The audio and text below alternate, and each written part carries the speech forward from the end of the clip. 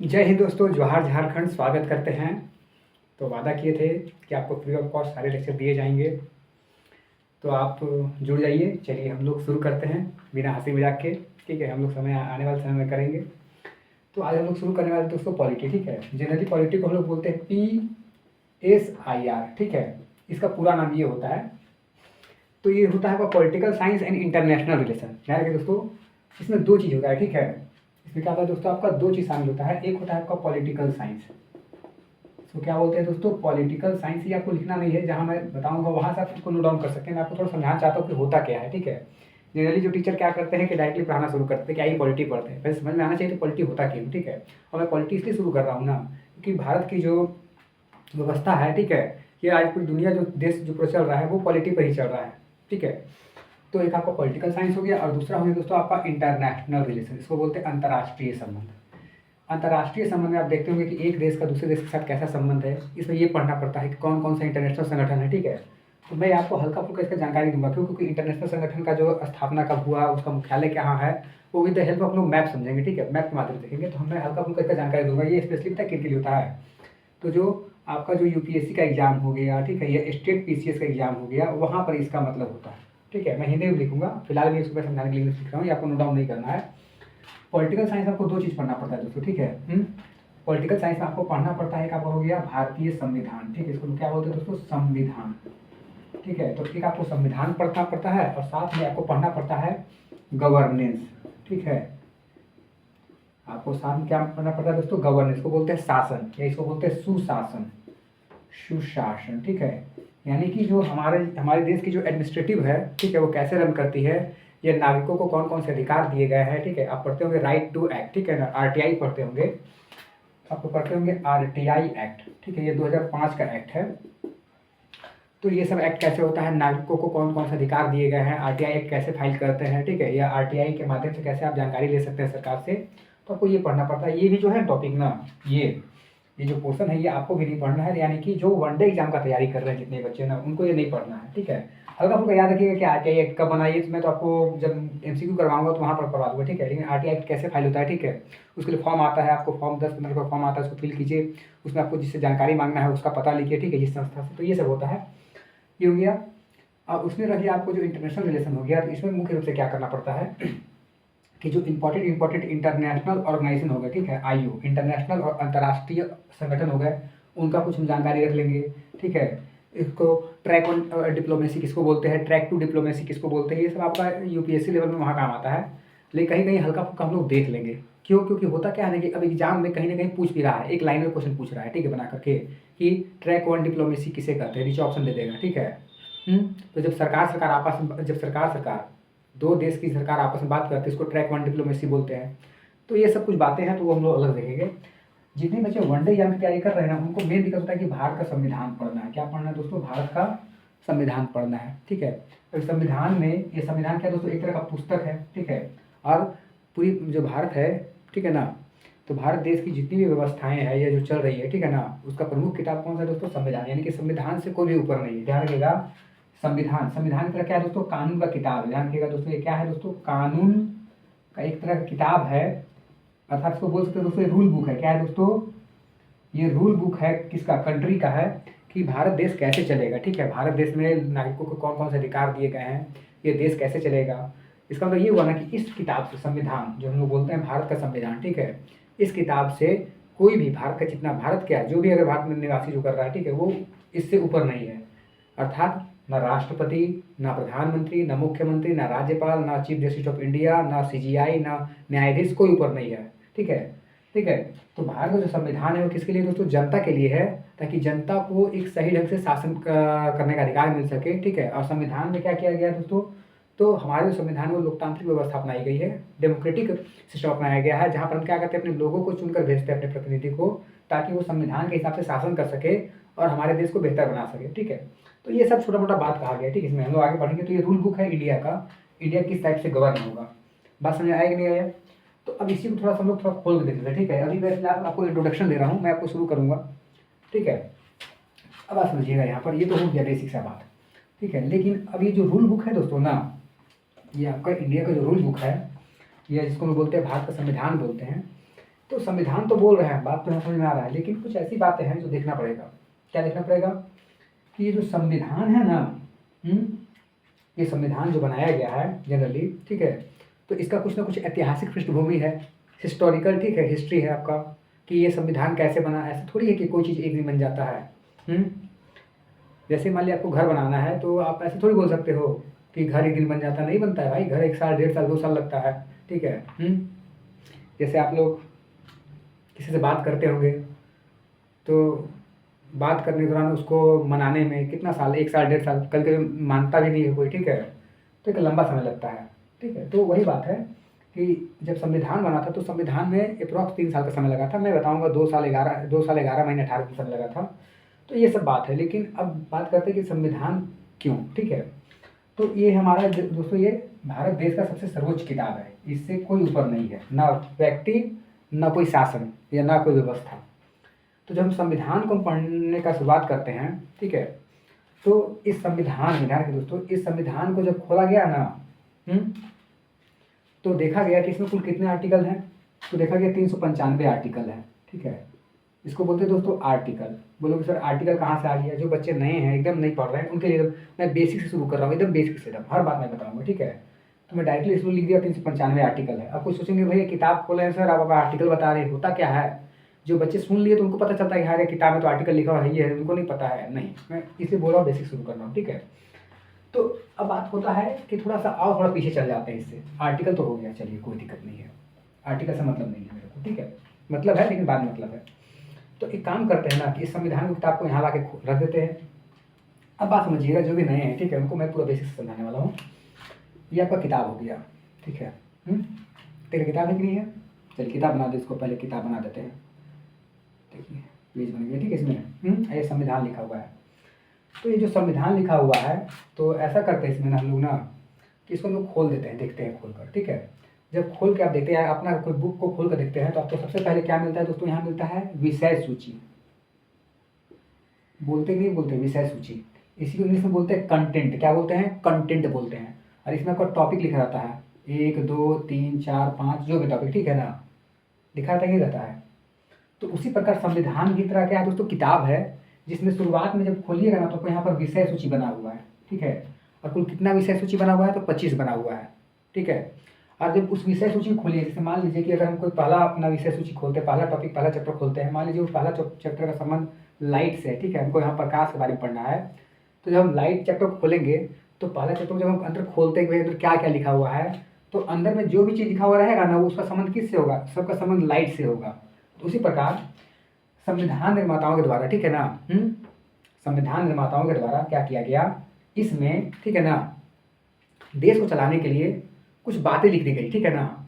और वो किस रूप में लिखी गई है दोस्तों, आर्टिकल के रूप में लिखी गई है। यानी कुछ लोगों को अधिकार देने हैं तो लिख दिया गया कि भैया सबको जीवन जीने का अधिकार है, तो बोल दिया गया भैया आर्टिकल नंबर ये 21 कहलाएगा, ये 20 कहलाएगा, ठीक है। जनरली आर्टिकल में 21 कहलाता है। हाँ, ये बोल दिया दोस्तों कि भारत देश के लोग सब एक बराबर हैं, तो ये दूसरा आर्टिकल हो गया। इस प्रकार का उसको नाम क्या दे दिया, जितनी भी कहानियाँ लिखी गई, जितनी भी एक सब लाइन लिखे गए, उनको बोल दिया गया आर्टिकल का नाम दे दिया कि भैया लो हर एक लाइन को क्या बोल दिया, आर्टिकल। जो भी नया नया बात लिखा गया कि सबको जीवन जीने का अधिकार है, तो ये अलग आर्टिकल हो गया। सबको अपना धार्मिक स्वतंत्रता मानने का अधिकार है, वो अलग आर्टिकल हो गया। तो लेकिन फिर क्या देखा गया ना कि भैया ऐसे करते करते जब ये पूरा लाइन लिखा गया ना, तो पता चला कि भैया कुल मिलाकर 395 लाइन हो रहा है। 395 को हम बात लिख दिए लाइन करके, ठीक है, सब अलग अलग बात है। तो उसको बोल दिया गया कि इसको क्या बोलेंगे दोस्तों, आर्टिकल, ठीक है, क्या बोल दिए दोस्तों, आर्टिकल। लेकिन 395 आर्टिकल में कुछ ऐसे आर्टिकल होंगे ना समूह में जो एक जैसा दिखते होंगे। जैसे इसमें हो सकता है कि 395 आर्टिकल में 10 आर्टिकल कुछ ऐसे होंगे ना जो भले पूरा एक जैसा नहीं मिलते होंगे, लेकिन एक दूसरे से संबंधित जरूर होंगे, ठीक है, उनका संबंध एक दूसरे से होगा। तो उसका आर्टिकल क्या बना दिया गया दोस्तों, ग्रुप बना दिया गया। क्या बना दिया गया दोस्तों, हम लोग उसको ग्रुप में रख दिए, भैया एक काम करो, 95 आर्टिकल में से 10 आर्टिकल ऐसा है ना जो एक जैसा मिलता जुलता है, तो उसको अलग बना दिया, ठीक है। उसको क्या बना दिया दोस्तों, ग्रुप। क्या बना दिए, ग्रुप में रख दिए, ठीक है ना। यानी 10 आर्टिकल इस ग्रुप में रहेंगे। इसको इसी ग्रुप को हम लोग क्या बोलते हैं दोस्तों, भाग बोलते हैं। क्या बोलते हैं, भाग, यानी कि पार्ट्स बोलते हैं। क्या बोलते हैं, पार्ट्स। यानी जो हम बोले थे ना कि पहला टॉपिक है ये, हाँ, तो हम उसी बोल रहे हैं, भाग बोलो या पहला टॉपिक बोलो या ग्रुप बोलो, ठीक है ना, बस में एक नहीं आया। लेकिन कुछ ऐसे आर्टिकल थे जो बहुत ही इंपॉर्टेंट आर्टिकल थे, या ऐसे आर्टिकल जो कहीं फिट नहीं हो रहे थे, बहुत बड़े बड़े आर्टिकल थे, उसको अलग से, जैसे नहीं होता है कि आपका पेज में पीछे रफ कॉपी करते हैं, बस उसी प्रकार तो और भी ऐसे कुछ आर्टिकल थे जो यहाँ पर नहीं जा पा रहे थे या यहाँ पर नहीं रखे जा सकते थे, बहुत बड़े बड़े आर्टिकल थे, तो उसके लिए अलग से बनाया गया दोस्तों अनुसूची, अनुसूची बनाया गया। इसको बोलते हैं दोस्तों शेड्यूल। क्या बोलते हैं? इसको बोलते हैं शेड्यूल। ठीक है, तो एक आर्टिकल हो गया, एक भाग हो गया यानी कि पार्ट्स हो गया, एक हो गया इसको आर्टिकल को अनुच्छेद बोलते हैं दोस्तों, ध्यान रखिएगा, पूरा मैं लिखवाने वाला हूँ। क्या बोलते हैं? अनुच्छेद बोलते हैं, और अनुसूची बोलते हैं, और फिर भाग बोलते हैं। ये बात शायद मैं लिख दिया हूँ रफ पेज में, मैं इसको भी साफ लिख के दोबारा बताता हूँ, ठीक है ना। तो सारी बात समझ में आ गई ना। तो अब एक काम करते हैं, संविधान को खोल लेते हैं, क्या दिक्कत है। चलिए अब बात करते हैं, तो मैं आपको साफ साफ लिख के दिखा रहा हूँ, ठीक है। आप चाहेंगे तो कॉपी कर सकते हैं, यहाँ से कॉपी कीजिए, कोई दिक्कत नहीं है, यहाँ से कॉपी करने लायक बनता है, ठीक है ना। तो एक काम करते हैं ना कि हमको संविधान पढ़ना है ना, लीजिए संविधान का कॉपी यहाँ खोल के रख दिए हम, ठीक है ना। अब हम क्या बोले कि भैया इस संविधान में हम कुल 395 बात लिखे हैं जो अलग अलग बात है, ठीक है। तो हम बोल दिए उसी को क्या बोलते हैं दोस्तों? अनुच्छेद। क्या बोलते हैं? अनुच्छेद बोलते हैं, इंग्लिश में बोलते हैं आर्टिकल। क्या बोलते हैं? आर्टिकल बोलते हैं। क्या बोलते हैं? आर्टिकल बोलते हैं। और ये किसकी संख्या कितनी थी दोस्तों? 395। कितनी है? 395 है। लेकिन ध्यान रखिएगा दोस्तों ना, मैं यहाँ दोनों बात लिखा हूँ। ये जो संख्या 395 है ना, तो जब संविधान लागू हुआ था, जब इसको लिखा गया था ना, तो उसमें यानी कि संविधान कब लागू हुआ दोस्तों? 1950 में लागू हुआ। कब लागू हुआ? 1950 में लागू हुआ। लेकिन समय इतना 75 साल देश का आज़ादी भी दिया, ठीक है। तो कुछ ऐसा बात हुआ होगा कि जो लगता होगा कि यार हमारे से जो संविधान निर्माता थे, जो लिखने वाले लोग थे ना, उनसे कोई बात लिखना छूट गया है, ये किसी को लगता होगा कि नहीं भाई ये बात अब इसका कोई महत्व नहीं है, तो उसको हटाना होगा या फिर जोड़ना होगा, ठीक है ना।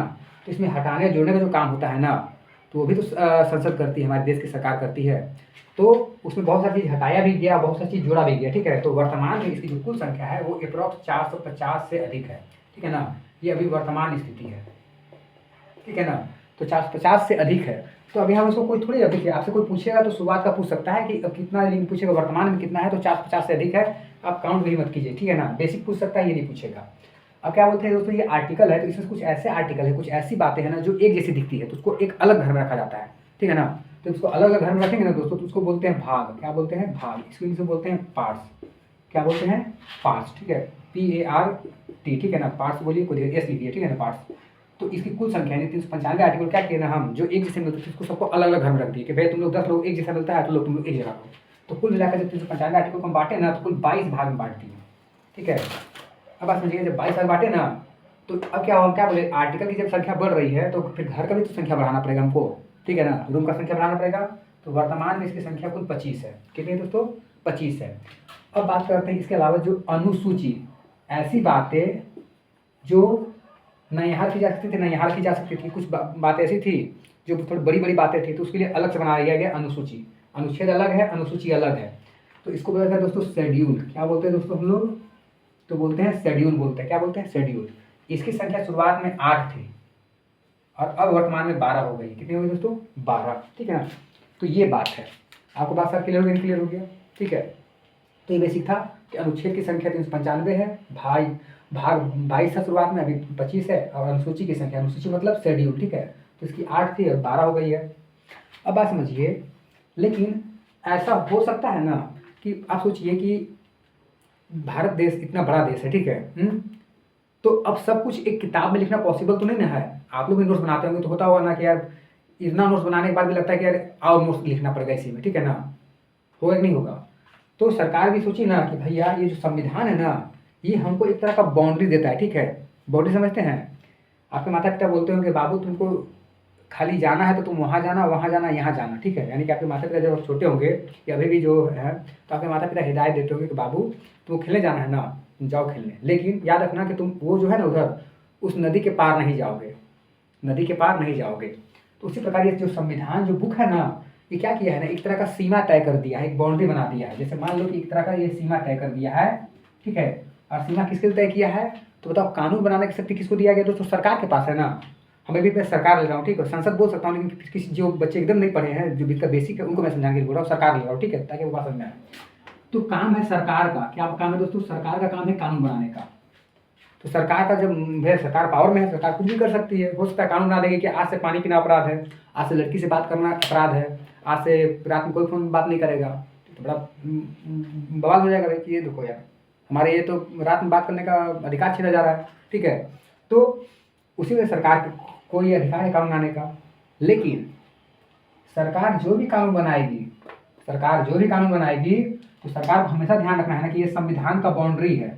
आपको ये संविधान का बाउंड्री के रहते हुए अंदर आप यहीं पर कानून बना सकते हैं, इसके बाहर नहीं, क्योंकि ये संविधान का बाहर का लाइन है ना, तब इसके बाहर नहीं जा सकते हैं। अगर आप इसके बाहर कोई कानून बनाइएगा, ठीक है, जो संविधान से मेल नहीं खाता है, मैच नहीं करता है, तो वो कानून ऑटोमेटिक रद्द हो जाएगा। और ये काम कौन करेगा? ठीक है, तो हम लोग के जो रक्षक है, ठीक है, हमारे जो रक्षक होते हैं, जैसे ये आपके पिताजी मान लीजिए, ठीक है ना, ठीक है, ये काम कौन करेगा दोस्तों? Supreme court. कौन करेगा दोस्तों? हमारे देश के जो न्यायालय है, ठीक है, वो ये काम करेंगे कि अगर सरकार कोई भी कानून बनाती है जो संविधान को उल्लंघन करती है, तो सुप्रीम कोर्ट या हाई कोर्ट उसको निरस्त कर देगा, बोलेगा भैया ये कानून गलत है, इसको निरस्त करते हैं। बस में आया कि नहीं आया? ठीक है ना। तो सारी बातें आप संविधान में नहीं लिख सकते थे, ठीक है, और ये सरकार को काम मिला है कि सरकार क्या करे, इस संविधान को ध्यान में रखते हुए कुछ कानून बनाए, बना तो सकती है, बना दो भैया, मेरा बाप क्या जा रहा है, ठीक है, मेरे पिताजी क्या जा रहा है, नहीं बोलते हैं मेरे बाप का क्या जा रहा है, बना, लेकिन नहीं, ऐसा थोड़ी है भैया। बात क्या है कि संविधान के हिसाब से कानून बनेगा, अपने हिसाब से नहीं, ठीक है। तो सरकार फिर क्या करती है ना, ये सरकार के पास पावर है, देखो सरकार, ठीक है, सरकार के पास पावर है कि संविधान में ध्यान को रखते हुए कानून बनाएगी। तो जो सरकार जो कानून बनाती है दोस्तों ना, संविधान, उसको बोलते हैं हम लोग दोस्तों, क्या बोलते हैं? एक्ट बोलते हैं। क्या बोलते हैं? एक्ट। इसको हिंदी में बोलते हैं अधिनियम। क्या बोलते हैं? इसको बोलते हैं अधिनियम, ठीक है ना। जैसे हम एग्जाम्पल ले लेते हैं, एग्जाम्पल ले लेते हैं, ठीक है ना, जैसे CAA 2019, ठीक है ना। तो सरकार जो एक एक्ट बनाई थी 2019 में, इसको बोलते हैं सिटीजनशिप अमेंडमेंट एक्ट 2019 बनाई थी। तो सरकार इसको ध्यान रखते हुए कानून बनाएगी, ऐसा कोई भी इसमें बात नहीं लिख सकती जो इसका उल्लंघन करे। तो सरकार तो एक्ट बना सकती है, ठीक है ना। अब बात हुआ ना कि अब एक्ट के अंदर आप जब पढ़िएगा ना, तो एक्ट के नीचे भी एक कानून आता है, इसको बोलते हैं रूल्स। क्या बोलते हैं दोस्तों? रूल्स बोलते हैं, नहीं बोलते हैं ये नियम है। क्या है दोस्तों? नियम है। तो नियम कहाँ लिखा रहेगा? रूल्स के अंदर लिखा रहेगा, सॉरी, नियम कहाँ लिखा रहेगा दोस्तों? तो एक्ट के अंदर लिखा रहेगा, इसको बोलते हैं नियम, नहीं बोलते हैं नियम कानून, हमको मत पढ़ाओ, हम बहुत जानकार है, ठीक है ना। और इसी रूल्स के और सब क्लाउज में, ठीक है, इसी रूल के अंदर में, ठीक है ना, रेगुलेशन लिखा होता है, रेगुलेशन, ठीक है, इसको बोलते हैं हम लोग हैं विनियमन, विनियम, ठीक है। क्या बोलते हैं दोस्तों? विनियम। यानी कि संविधान को ध्यान रखते हुए सरकार क्या बना सकती है? कानून बना सकती है, इसको एक्ट बोलते हैं, अधिनियम बोलते हैं। और इसी को ध्यान रखते हुए सरकार फिर इसी को ध्यान, ठीक है ना, इसी एक्ट के अंदर आपको क्या देखने को मिलेगा? रूल्स देखने को मिलेगा, और इसी रूल्स के अंदर आपको देखने को मिलेगा रेगुलेशन। साथ में रूल्स एंड रेगुलेशन बोल देते, नहीं बोलते सरकार का रूल्स और रेगुलेशन है, कानून है कि ऐसा ऐसा करना है, तो बस वही बात है। तो इस प्रकार का हो गया, ठीक है। बात समझ आया कि नहीं आया? चलिए, ठीक है, यहाँ तो बात में क्लियर हो गया। चाहे तो आप इसको लिख सकते हैं, नोट डाउन कर सकते हैं, लीजिए, मैं ज़रा ठीक है, आप इसकी शॉट लीजिए, ठीक है, इसको कोई दिक्कत नहीं है। इसको मैं रेज कर देता हूँ, अब बात समझिए आगे, ठीक है।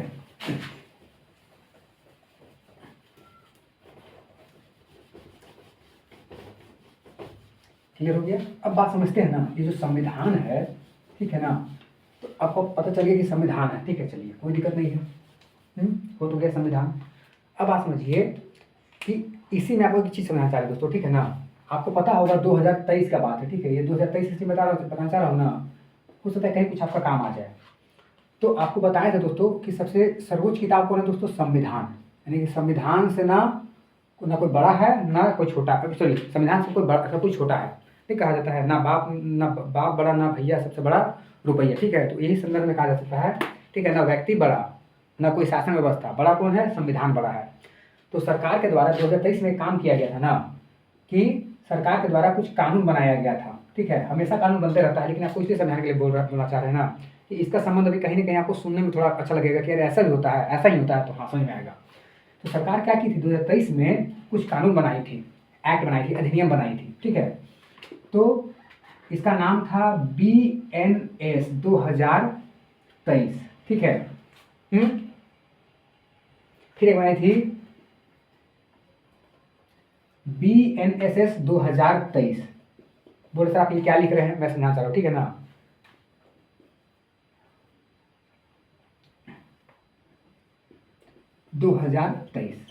ये सरकार 3 तरह का कानून बनाई थी, ठीक है। कब बनाई थी दोस्तों? तो 2023 में ये कानून सरकार बना के इसको लागू कर चुकी है। तो बोले सर ये कानून क्या है? तो ध्यान रखिए दोस्तों ना, भारत में जो भी अपराध होते हैं, ठीक है, ये जितनी भी तरह के जो कोर्ट केसेस होते हैं, ठीक है, जितनी तरह कोर्ट केसेस जो कोर्ट में जाते हैं, तो कोर्ट में केस करते हैं जब भी आप ना, वैसे थोड़ी कि सरकार मतलब कि जो न्यायपालिका अपने साथ फैसला सुनाती है, नहीं, उसके लिए कोई किताब चाहिए ना। तो न्यायालय में काम कैसे होता है, तो वो इसी 3 किताब से काम होता है, ठीक है। इसी 3 तरह का किताब है, ठीक है। न्यायालय में न्यायाधीश के पास या जो न्यायालय है, ठीक है, उसमें 3 तरह का किताब रखा गया है, BNS 2023, BNSS 2023 और BSA 2023। तो बोले कुछ हवा नहीं लग रहा, तो अभी हवा लगेगा। देखो हवा ही कुछ कर लगेगा दोस्तों ना, कि इसका जो नया नाम है, इसका सॉरी BNS का जो पुराना नाम था उसको बोलते थे दोस्तों IPC 1860, ठीक है। और एक को बोलते थे CRPC 1973, और एक को बोलते थे इंडियन एविडेंस एक्ट, ठीक है ना। Indian Indian Indian evidence act, ठीक है ना। 1773 साइड डेट का, ठीक है, मैं याद नहीं कर पा रहा हूँ, ठीक है। 1872, ठीक, सॉरी 1872 है।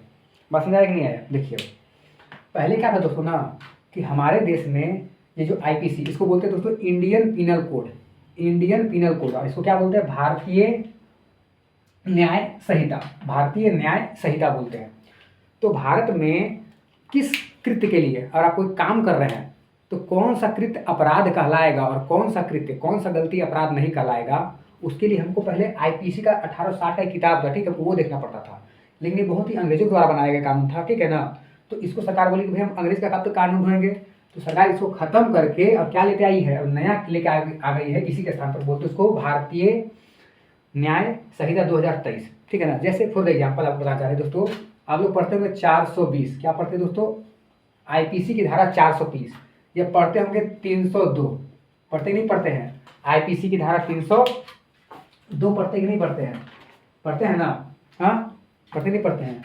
तो नहीं बोलते थे पहले कि IPC की धारा, पहले मूवी आप लोग पुराना मूवी देखते होंगे, जैसे बोला जाता होगा अथी, वहाँ पर जो न्यायाधीश रहते हैं वो बोलते होंगे कि ताजिरा हिंद 302 के तहत इस व्यक्ति को फांसी की सजा दी जाती है, इसने क्या किया है, तो इसने हत्या किया है, इसने क्या किया है दोस्तों, हत्या किया है, ठीक है ना। ये मान लीजिए कोई धोखाधड़ी करता होगा, किसी को वादा करके भाग गया, ठीक है ना। खासकर आजकल प्यार मोहब्बत में सबको यादा करके क्या बोलते हैं उसको, वादा करते हैं कि यार चलो साथ मरने का कसम खाते हैं, और मरना का भाग जाते हैं, ठीक है। तो पहले IPC की धारा 302 में, IPC की धारा 302 में हत्या के लिए था, ठीक है, कि अगर कोई व्यक्ति हत्या करता है तो उसके पास IPC की धारा 302 लगेगा। और कोई व्यक्ति धोखाधड़ी करता है, ठीक है, धोखाधड़ी करता है, किसी को धोखा देता है, तो उसके ऊपर IPC की धारा 420 लगेगा। नहीं बोलते कि 420 आदमी है, तो गाँव जाकर बोलता होगा अरे 420 आदमी का भरोसा मत करना, ठीक है।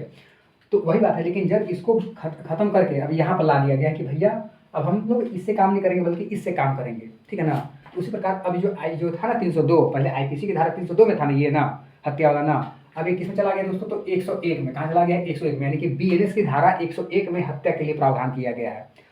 बस नहीं आया, क्लियर हो गया कि नहीं हो गया। उसी प्रकार इसको 318 में कर दिया गया। कहाँ कर दिया गया दोस्तों, 318 में, यानी कि BNS की धारा 318 के तहत ये धोखेबाज आदमी है।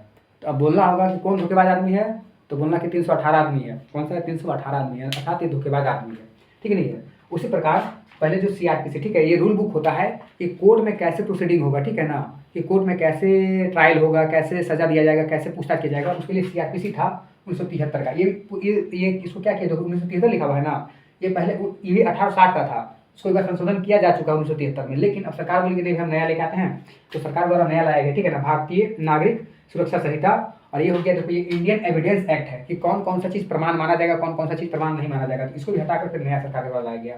तो सरकार ऐसे काम करती है, और ये जो सारे जो कानून है ना वो संविधान के नीचे रहेगा, संविधान के नीचे रहेगा।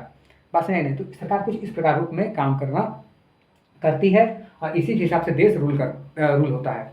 बात समझ नहीं आया। चलिए अब हम लोग काम करते हैं, ये तो आपको बेसिक सा समझ में आ गया कि कैसे काम होता है, ठीक है ना। चलिए अब एक काम करते हैं कि हमको संविधान पढ़ना है ना, संविधान तो पढ़ना ही पड़ेगा भाई, संविधान ही शुरू किए हैं, ऐसे थोड़ी दूसरा शुरू किए हैं। तो संविधान पढ़ना है तो शुरुआत करते हैं अनुसूची से। आपको बताया था ना फिलहाल, क्या बताया था दोस्तों, अनुसूची के बारे में, ठीक है। अनुसूची को क्या बोलते हैं दोस्तों, शेड्यूल बोलते हैं। क्या बोलते हैं, इसको बोलते हैं शेड्यूल बोलते हैं। इसकी संख्या कितना बताया दोस्तों को, 8 बताए थे। कितना बताया दोस्तों, कि शुरुआत में 8 था और ये 12 था, क्योंकि ये छोटा है, ठीक है, इसको अभी तुरंत खत्म हो जाएगा, ठीक है। 8 था और फिर ये 12 हो गया, यानी कि शुरुआत में जब संविधान बना था तो अनुसूची की संख्या 8 थी, अभी 12 हो गई है। बस नहीं आया। तो इसको जल्दी से देख लेते हैं कि अनुसूची कितने हैं, ठीक है। टोटल 12 भी है, तो एक एक करके देख लेते हैं, बहुत ही बेसिक्स है, ठीक है। देखिएगा दोस्तों, पहला अनुसूची दिख रहा है, ठीक है। आप कॉपी नोट डाउन करते जाइएगा, कोई दिक्कत नहीं है। कौन कौन सा हो गया अनुसूची नंबर पहला, इसको एक बोलिएगा। इसमें हमको राज्यों के बारे में दिया गया है, ठीक है।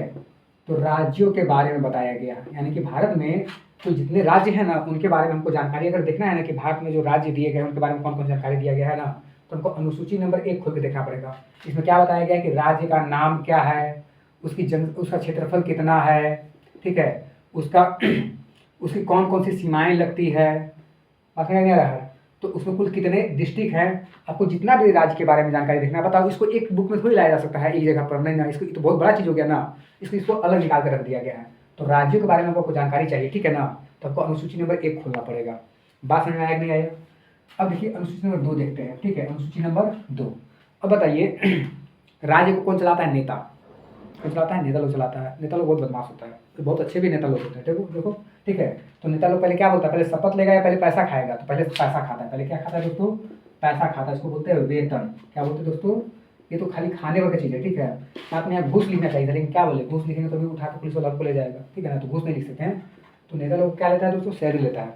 नेता लोग क्या लेता है? सैलरी लेता है। बोलता है कि भैया काम पहले करेंगे, पहले काम बाद में होगा, पहले सैलरी दो, ठीक है। और सैलरी लेने के बाद भी काम नहीं करता है। अब देखो जब सैलरी लेगा ना तब बोलेगा कि अरे देखो अब सैलरी ले लिए हैं, अब करप्शन कर लिए हैं, अब हम क्या खाएंगे? शपथ खाएंगे कि दोबारा हम करप्शन नहीं करेंगे। इसको बोलते हैं दोस्तों ओथ। क्या बोलते हैं दोस्तों? ओथ लेगा। क्या लेगा? ओथ लेगा। बस नहीं आया। जो ओथ होता है ना भारतीय संविधान में, ये जो हमारे देश में 3 तरह का शपथ का चर्चा किया गया, ठीक है। 3 तरह का शपथ का चर्चा किया गया, ठीक है दोस्तों, माफ कीजिएगा। तो 3 तरह का शपथ का चर्चा किया गया है, तो इसको हम लोग जल्दी देख लेते हैं। ध्यान रखिए दोस्तों, भारत के संविधान में 3 तरह का शपथ बताया गया है, ठीक है। यानी 3 तरह के लोग 3 तरह का शपथ लेते हैं, ठीक है। कुछ लोग ईमानदारी का शपथ लेते हैं, ठीक है ना, यानी कि हॉनेस्टी का शपथ लेते हैं, बोलते हैं कि मैं बहुत ईमानदार आदमी हूँ, ठीक है। कुछ लोग हैं ना पद एवं गोपनीयता का शपथ लेते हैं, पद एवं गोपनीयता का शपथ लेते हैं। बात समझ में आया कि नहीं आया? ठीक है ना। कुछ लोग पद एवं गोपनीयता का शपथ लेते हैं, और कुछ लोग ऐसे होते हैं ना जो संविधान की रक्षा का शपथ लेते हैं, संविधान की रक्षा की, मैं संविधान की रक्षा करूंगा, ठीक है ना। तो हमको अनुसूची नंबर 3 खोल के देखिए तो हमको शपथ के बारे में चर्चा मिलता है। वहां पर हमको क्या देखने मिलेगा? ये देखिए कहीं कहीं अलग अलग लिखा हुआ है, लेकिन मैं सबको एक जगह कंपाइल करके बता रहा हूँ ताकि दिक्कत ना हो, बात समझ में आए पूरी तरह, ठीक है। तो ईमानदारी का शपथ सांसद लेता है, ध्यान रखिए दोस्तों, सांसद को बोलते हैं एमपी। क्या बोलते हैं? एमपी। और एमएलए लोग लेता है, एमएलए को क्या बोलते हैं? विधायक बोलते नहीं बोलते हमारे चाचा विधायक है, हमारे चाचा क्या है दोस्तों? विधायक है, तो वो लोग शपथ लेता है। अब बात करते हैं पद एवं गोपनीयता का शपथ कौन लेता है? तो पद एवं गोपनीयता का शपथ मंत्री लोग लेता है। कौन लेता है दोस्तों? मंत्री लोग, ठीक है ना। मंत्री कौन बनता है? तो जो सांसद और विधायक जब इसको किसी तरह का कोई जिम्मेदारी मिल जाता है कि भाई तुम अभी ये मिनिस्ट्री देखो, ये एजुकेशन मिनिस्ट्री देखो, तुम होम मिनिस्ट्री संभालो, ठीक है, तो मंत्री लोग किसका शपथ लेता है? पद एवं गोपनीयता का। क्यों? क्योंकि वो भैया भारत में मान लीजिए वो लोग विदेश गया, ठीक है ना, और वो कहीं पर डील करके आया है कि हमको इतना बम लेना है, इतना गोला बारूद लेना है, तो ऐसा थोड़ी है कि सरकार आके हल्ला करेगी या मंत्री आके हल्ला करेगा कि मैं इतना बम डील करके आया, नहीं ना। क्यों? क्योंकि भैया देश की सुरक्षा का मामला है ना, पद एवं गोपनीयता का मामला है कि हम कहाँ कहाँ कितना पैसा खर्च किए कैसे बताएंगे भैया, वो इंटरनल मैटर होता है, ठीक है, हल्ला थोड़ी करना वाला होता है। तो मंत्री लोग, ध्यान रखिएगा दोस्तों, मंत्री में प्रधानमंत्री भी आता है, ठीक है ना। जो पूरे मंत्री का जो प्रधान होता है उसको बोलते हैं प्रधानमंत्री, मंत्रियों का जो प्रधान होता है उसको बोलते हैं प्रधानमंत्री, इसमें प्रधानमंत्री भी आता है, ठीक है ना।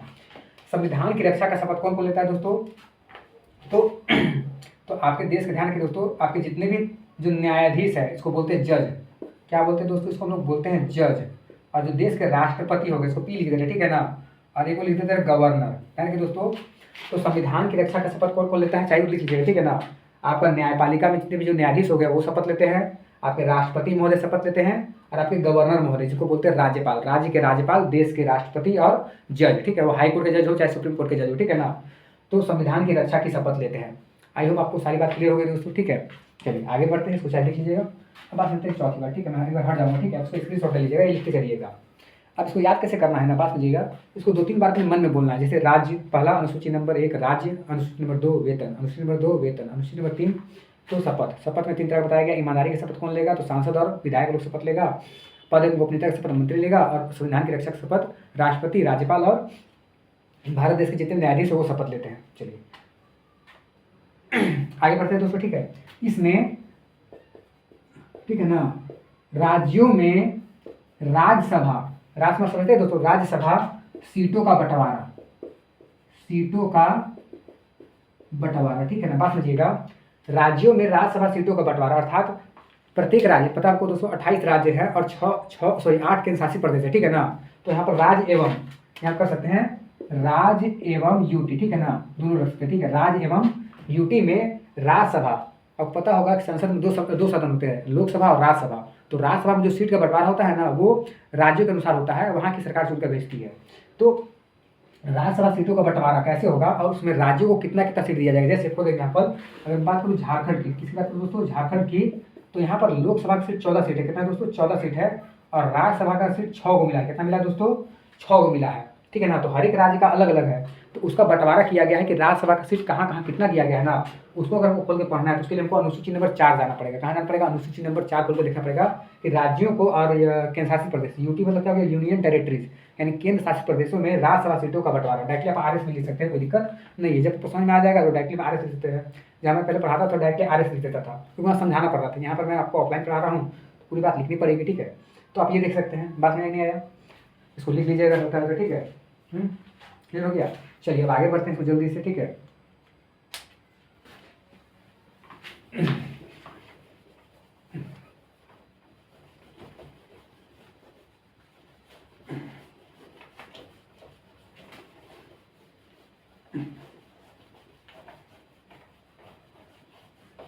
अब बात समझते हैं दोस्तों इसका है, ठीक है ना। 4 हो गया था, अब 5वां देखना है, ठीक है। 5वां, ठीक है। तो अनुसूची में 5 में क्या बोला गया है, ठीक है। तो एसटी क्षेत्रों का प्रशासन, ठीक है ना, एसटी क्षेत्रों का प्रशासन, ठीक है ना। एसटी मतलब क्या था दोस्तों, शेड्यूल ट्राइब, इसको बोलते हैं दोस्तों शेड्यूल ट्राइब, इसको हिंदी में बोलते हैं अनुसूची, अनुसूचित जनजाति, अनुसूचित जनजाति है, ठीक है ना। अनुसूचित जनजाति, अनुसूचित जनजाति है, ठीक है ना। तो वैसा क्षेत्र जहाँ पर एसटी की जनसंख्या ज़्यादा है ना, तो वहाँ पर सरकार अपने हिसाब शासन नहीं कर सकती है, वहाँ पर आपको लोकल गवर्नेंस स्थापित करना पड़ता है और वहीं के लोग वहीं का शासन करते हैं, ठीक है ना। झारखंड में भी है, ठीक है ना। तो एसटी क्षेत्रों का प्रशासन कैसे होगा, ठीक है। ये पूरा राज्य नहीं होता है, बल्कि कुछ ऐसे क्षेत्र होते हैं जहाँ पर एसटी की जनसंख्या ज़्यादा होती है, तो वहाँ पर सरकार हस्तक्षेप करने नहीं जाती, क्योंकि उनकी अपनी परंपरा है, संस्कृति है। अब हस्तक्षेप करने जाएगा तो फिर विवाद हो जाएगा। तो बोला वहाँ पर क्या दे दिया गया है कि भैया जो शेड्यूल ट्राइब है, जहाँ पर ज़्यादा जनसंख्या उनकी एक, जहाँ पर उनका अपना क्षेत्र है, तो उनका लिए अलग से प्रशासन रहेगा, वो अपना हिसाब से देख लेंगे। हाँ, सरकार सहयोग कर सकती है कि आप ऐसा कीजिए, ठीक है। अब बात करते हैं 6 में, ठीक है ना। अब बात समझिए दोस्तों, इसमें नाम दे रहे हैं आसाम, मेघालय, ठीक है, त्रिपुरा और मिजोरम, त्रिपुरा और मिजोरम के क्षेत्रों का प्रशासन, के क्षेत्रों का प्रशासन। बात है दोस्तों, आपको जो नॉर्थ ईस्ट के टोटल 4 राज्य याद रखिएगा, इसको हम लोग एटीएम बोलते हैं। क्या बोलते हैं दोस्तों, AMTM, ठीक है ना, ऐसे करके मैं लिखता हूँ जनरली, ठीक है ना।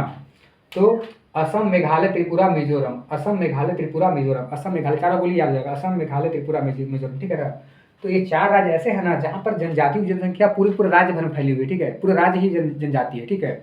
तो उनका एक अपना पूरा विशिष्ट पहचान है। तो जनजातियों को वहाँ पर क्या दे दिया गया है, पूरा का पूरा अधिकार दे दिया गया है और उनके अलग से प्रशासन की व्यवस्था की गई है, और इसकी सूचना को अनुसूची नंबर 6 में देखने को मिलती है, ठीक है ना। अनुसूची नंबर 6 में देखने को मिलती है। हम लोग आगे पढ़ेंगे ना, जब हम संविधान पूरा खोलते तो आपको मैं वहाँ पूरा डीपी बताऊंगा, ठीक है। अभी हम अनुसूची पढ़ रहे हैं।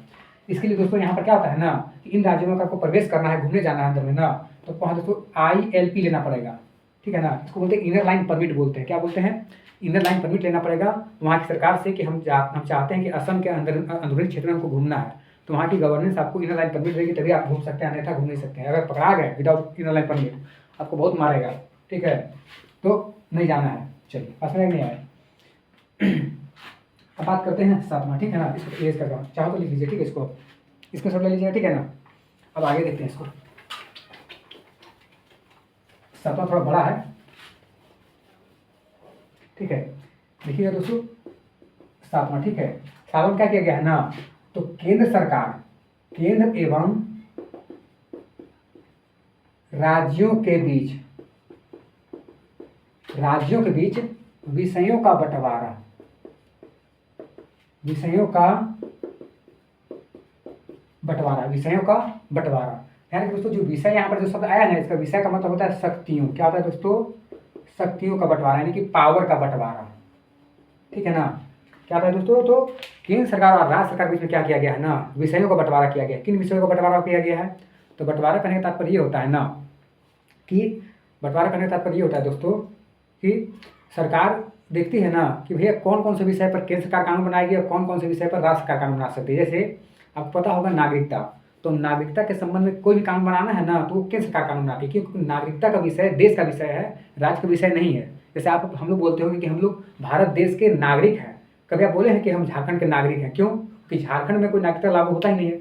आप बोल सकते हैं कि झारखंड के हम लोग निवासी हैं, तो यहाँ से इसलिए यहाँ से हमको रेसिडेंट प्रमाण पत्र मिलता है, राज्य सरकार रेसिडेंट प्रमाण पत्र देती है। और नागरिकता, क्या भारत देश के नागरिक है, वो उसका प्रमाण हमको केंद्र सरकार देती है। बस नहीं आया, तो कौन कौन से विषय पर केंद्र सरकार कानून बना सकती है, यानी कि संसद कानून बना सकती है, और कौन कौन विषय पर राज्य की विधानसभा कानून बना सकती है, तो उसका बंटवारा कर दिया गया, ठीक है। तो हमको टोटल 4 तरह का सूची देखने को मिलता है, ठीक है। एक को बोलते हैं संघ सूची, क्या बोलते हैं दोस्तों, संघ सूची, ठीक है। दूसरा को बोलते हैं राज्य सूची, और तीसरा को बोलते हैं समवर्ती सूची, समवर्ती सूची, और चौथा को बोलते हैं हम लोग हैं अपशिष्ट, ठीक है, या अवशिष्ट, ठीक है, अपशिष्ट, ठीक है ना, अवशिष्ट या अपशिष्ट, ठीक है ना, अवशिष्ट सूची, ठीक है ना, अवशिष्ट सूची, अपशिष्ट बोलिए, अवशिष्ट बोलिए या विशेष सूची बोलिए, कोई दिक्कत नहीं है। चलिए आगे बात करते हैं। बात समझिएगा दोस्तों, तो संघ सूची, राज्य सूची, समवर्ती सूची और अवशिष्ट सूची, ठीक है ना। अपशिष्ट बोलिए या अवशिष्ट बोलिए, दोनों लिख सकते हैं, कोई दिक्कत नहीं है। बात समझिए, तो संघ सरकार के पास ऐसे कितने विषय दिए गए हैं जिन पर वो कानून बना सकती है, इसको बोलते हैं दोस्तों, इसको बोलते हैं सेंट्रल लिस्ट। क्या बोलते हैं, सेंट्रल। संघ को बोलते हैं सेंट्रल, और लिस्ट सूची को बोलते हैं लिस्ट। उसी प्रकार राज्य को बोलते हैं स्टेट और सूची को बोलते हैं लिस्ट।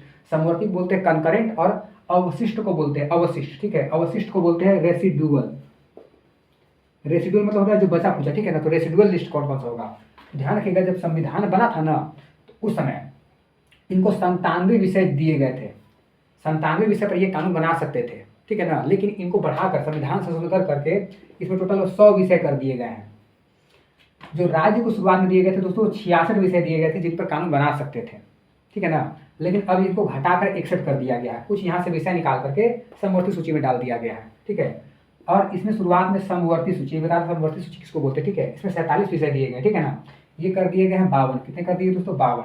और अवशिष्ट में ऐसा कुछ है नहीं, ठीक है ना। तो ध्यान रखिएगा कि केंद्र और राज्यों के बीच जो शक्तियों का बंटवारा किया गया है उसमें टोटल को 4 तरह का विषय देखने को मिलते हैं, ठीक है। कितने तरह के विषय देखने को मिलते हैं, 4 तरह के विषय देखने को मिलते हैं। संघ सूची, राज्य सूची, समवर्ती सूची और अवशिष्ट सूची। संघ सूची पर सिर्फ कानून बनाने की शक्ति सिर्फ संघ सरकार का, किसका है दोस्तों, संघ सरकार का है। इसमें 97 विषय थे, अभी 100 हो गए हैं। राज्य सूची पर कानून बनाने की शक्ति राज्य सरकार का है, किसका है दोस्तों, राज्य सरकार का है। उसको 66 विषय पर बनाने की शुरुआत में शक्ति दी गई थी, संविधान जब शुरू हुआ था, ठीक है ना। लेकिन अब उसको संशोधन करके अब सिर्फ 61 विषय रह गया उसके पास। समवर्ती का मतलब होता है कंकरेंट लिस्ट, किसको बोलते हैं दोस्तों, कंकरेंट लिस्ट, अर्थात ऐसा विषय जिस पर दोनों कानून बना सकते हैं, केंद्र सरकार भी कानून बना सकती है और राज्य सरकार भी कानून बना सकती है। फर्क सिर्फ क्या है ना कि अगर दोनों ने, यानी संघ सरकार ने भी और राज्य सरकार ने भी कानून बना दिया, जैसे मान लेते फॉर एग्जाम्पल शिक्षा, जो शिक्षा का जो विषय है ना वो समवर्ती सूची का विषय है। तो अगर मान लीजिए कि केंद्र सरकार ने कुछ कानून बनाया और कुछ कानून राज्य सरकार ने बनाया, और अगर दोनों कानून आपस में टकरा गया तो लागू किसका होगा, संघ सरकार, क्यों, क्योंकि संघ सरकार पावरफुल है, ताकतवर है, ठीक है ना। तो समवर्ती सूची का इसमें क्या बात पूछ सकते हैं दोस्तों कि इसमें दोनों कानून बना सकते हैं, राज्य बना सकते हैं कानून और संघ बना सकता है। लेकिन जब टकराहट होगा तो कौन जीतेगा, संघ सरकार जीत जाएगा, ठीक है ना। अवशिष्ट सूची मतलब ऐसा कोई विषय जो संविधान में नहीं लिखा है, संविधान के अंदर नहीं लिखा गया है, और मान लीजिए वो विषय सामने आ गया, ठीक है ना, तो उस पर कानून बनाएगा, कौन कानून बनाएगा दोस्तों, संघ सरकार। मतलब जो ऐसा विषय जो कहीं लिखा हुआ ही नहीं है तो उस पर वो कहाँ चला जाएगा, अवशिष्ट सूची में चला जाएगा ना।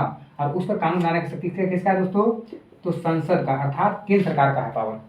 बात समझ नहीं आया, क्लियर हुआ, सही तो लिख सकते हैं, कोई दिक्कत नहीं है, पूरा मैं बात एक्सप्लेन कर रहा हूँ। चलिए ठीक है, आगे बढ़ते हैं, ठीक है, इसको मैनेज कर रहा हूँ।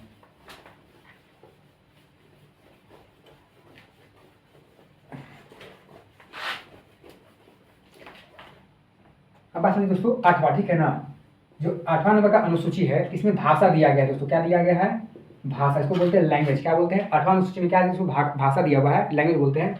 शुरुआत में इसमें कुल 14 भाषा थी, लेकिन अभी कुल 22 भाषा है। कितना है दोस्तों, 22 भाषा है। 14 भाषा थी, अभी वर्तमान में 22 भाषा कर दी गई है, यानी कि संविधान संशोधन करके टोटल 8 भाषा जोड़ी गई है। मैं आपको एक्सप्लेन कर सकता था कौन कौन सा, लेकिन इसके लिए मैंने एक अलग से छोटा सा एक शॉर्ट्स वीडियो बनाकर मैं पहले ही डाल दिया, ठीक है दोस्तों। आप जाके देखिएगा शॉर्ट्स में, ठीक है ना, आपको प्रारंभ में मिल जाएगा, ठीक है। एक आपको मैप बना होगा, ठीक है ना, आपको दिखेगा, ठीक क्लियर दिखेगा। मैंने इस पर शॉर्ट्स वीडियो बना के डाल दिया है, आप इधर देखिएगा। मैंने पूरा एक्सप्लेन किया है, 3 मिनट में वो वीडियो पूरा एक्सप्लेन किया है। तो पहले भाषा, 8वीं सूची का संबंध किससे दोस्तों? भाषा से है। पहले 14 थी, अभी 22 है, यानी कि 8 भाषाएं जोड़ी गई, ठीक है ना। पहले सिंधी जोड़ा गया, ठीक है, फिर मणिपुरी, फिर नेपाली, ठीक है ना, फिर कोंकणी जोड़ा गया, ठीक है, और आगे चलकर बोडो, डोंगरी, मैथिली और संथाली जोड़ा गया था। मैंने ये करवा दिया, ठीक है। इसको जाकर देखिएगा, या मैं इसमें पिन कर दूंगा, ठीक है। जब उसको देखिएगा ना, चैनल बहुत बड़ा नहीं है, उसी मिल जाएगा आपको आगे साइड में, ठीक है, शॉर्ट वीडियो में। चलिए अब बात है दोस्तों, शुरुआत तक, यानी कि जब संविधान बना था ना, तो मात्र 8 ही मेरे पास क्या था दोस्तों? भाषा था, सॉरी 8 ही मेरे पास टोटल अनुसूची था। लेकिन संविधान संशोधन करके टोटल 4 और अनुसूची जोड़ा गया। देखिए तो 4 जोड़ा गया, क्योंकि शुरुआत में कितना अनुसूची था? 8 था, 8 4 एक्स्ट्रा जोड़ा गया, तब ना 12 हुआ है। तो देखिए जो नवा अनुसूची कब जोड़ा गया दोस्तों? तो जो नवा अनुसूची है ना, ये पहला संविधान संशोधन 1951 में जोड़ा गया था, जब नेहरू जी प्रधानमंत्री थे तब जोड़ा गया था। इसमें क्या जोड़ा गया था दोस्तों? जमींदारी उन्मूलन कानून, जमींदारी उन्मूलन कानून जोड़ा गया था, ठीक है। इसमें क्या किया गया था कि ऐसे जमींदार जिनके पास बहुत मात्रा जमीन थी, क्यों? क्योंकि जब अंग्रेज शासन कर रहे थे तो पता होगा कि ऐसे कानून लाया गया था जहां पर जितने भी जो किसान थे उनको सबको जमीन से बेदखल कर दिया गया था, और एक ही बार जमीन जमींदारों की हो गई थी। तो सरकार जब देश आजाद होता है तो सरकार क्या लेकर आती है दोस्तों? जमींदारी उन्मूलन कानून लेकर आती है, ताकि जितने भी जो जमींदार, बड़े बड़े जमींदार जिनके पास हजारों एकड़ जमीन थी, उनसे जमीन छीन करके गरीब लोगों को दिया गया था। तो इसके लिए एक संशोधन किया गया था, क्यों? क्योंकि उस टाइम वो कोर्ट चले गए थे। तो अब देखिए कब किया गया दोस्तों? तो पहला संविधान संशोधन 1991, ठीक है ना, 1991 के माध्यम से ये काम किया गया था, और 9वीं अनुसूची संविधान में जोड़ी गई थी। तो 9वीं अनुसूची कब जोड़ी गई दोस्तों? तो पहला संविधान संशोधन 1951 में जोड़ा गया है। और उसमें क्या लिखा हुआ था दोस्तों? उसका संबंध किससे था? जमींदारी उन्मूलन कानून, जमींदारी उन्मूलन कानून, ठीक है, जमींदारी उन्मूलन कानून से, ठीक है ना। अब बात करते हैं दोस्तों 10वां, ठीक है, 10वां अनुसूची जोड़ा गया है, क्यों? क्योंकि 8 तक ही लिमिट था ना, 8 तक ही शुरुआत में था। इसमें जोड़ा गया था दोस्तों दल बदल कानून, दल बदल कानून, ठीक है। इसको कब जोड़ा गया दोस्तों? इसको जोड़ा गया है 52वां संविधान संशोधन 1985, 52वां संविधान संशोधन 1985 में जोड़ा गया है। इसको बोलते हैं दोस्तों एंटी डिफेक्शन लॉ। इसको क्या बोलते हैं दोस्तों? इंग्लिश में बोलते हैं, सॉरी, एंटी डिफेक्शन लॉ। क्या बोलते हैं दोस्तों? एंटी डिफेक्शन लॉ बोलते हैं। तो कब जोड़ा गया है? तो 52वां संविधान संशोधन 1985 में जोड़ा गया है। उसमें देश के प्रधानमंत्री राजीव गांधी थे, और उस समय ही 1985 में इंदिरा गांधी की हत्या हुई थी। जब हत्या हुई थी ना, तो इससे कांग्रेस को बहुत बड़ा फायदा हुआ था। और उस समय जब चुनाव लड़ रहे थे राजीव गांधी, तो उनको सबसे ज़्यादा सीट, आज तक का रिकॉर्ड है 404 सीट मिला था अकेले कांग्रेस को, ठीक है ना, 404 सीट अकेले कांग्रेस को मिला था। तो जब इतना सीट आ गया तो राजीव गांधी को लगा ना कि ये जितना सीट आया है और मेरे पास 404 सांसद हैं, तो ये तो इनका मन बदलेगा, तो ये तो कभी भी पार्टी बदल सकता है। दल बदल, ठीक है, पार्टी को बदलने का नाम दिया है दल बदल, ठीक है ना। तो क्या करते हैं? एक कानून लेके आते हैं, दल बदल कानून, दल बदल कानून, जिसमें अगर कोई भी जो सांसद और विधायक अगर अपना पार्टी बदलता है, ठीक है, पार्टी को क्या करता है? बदलता है, तो उसकी सदस्यता खत्म हो जाएगी। अगर वो सांसद है, कोई व्यक्ति सांसद रहते हुए अपना पार्टी बदलता है, उसकी सदस्यता खत्म हो जाएगी, ठीक है ना। तो ये इसका कानून था, जब इसको पढ़ेंगे डीपली तो बहुत अच्छा लगता है, ठीक है ना। अब बात करते हैं दोस्तों 11 अनुसूची नंबर 11 अनुसूची नंबर 12, ठीक है ना। 11 का संबंध दोस्तों पंचायत से है, पंचायत से, ध्यान रखिएगा दोस्तों, पंचायत से है। इसको बोलते हैं दोस्तों PRI, ठीक है ना, पंचायती राज इंस्टीट्यूशन, इंग्लिश में बोलते हैं पंचायती राज इंस्टीट्यूशन बोलते हैं, ठीक है ना। और एक हो गया दोस्तों आपका नगर पालिका, ठीक है, इसको क्या बोलते हैं दोस्तों? नगर पालिका, अर्थात बात समझिएगा ना, नगर पालिका यानी गाँवों में, ठीक है ना, गाँवों में लोकल सेल्फ गवर्नेंस, ठीक है ना, अस्थायी स्वशासन लाने के लिए गाँवों में पंचायत को लागू किया गया था, और शहरों में नगर पालिका को लागू किया गया था, नगर पालिका को लागू किया गया था। तो ये तो बाद में जोड़ा गया है ना, हाँ, पता नहीं है, तो जोड़ा गया, कब जोड़ा गया दोस्तों?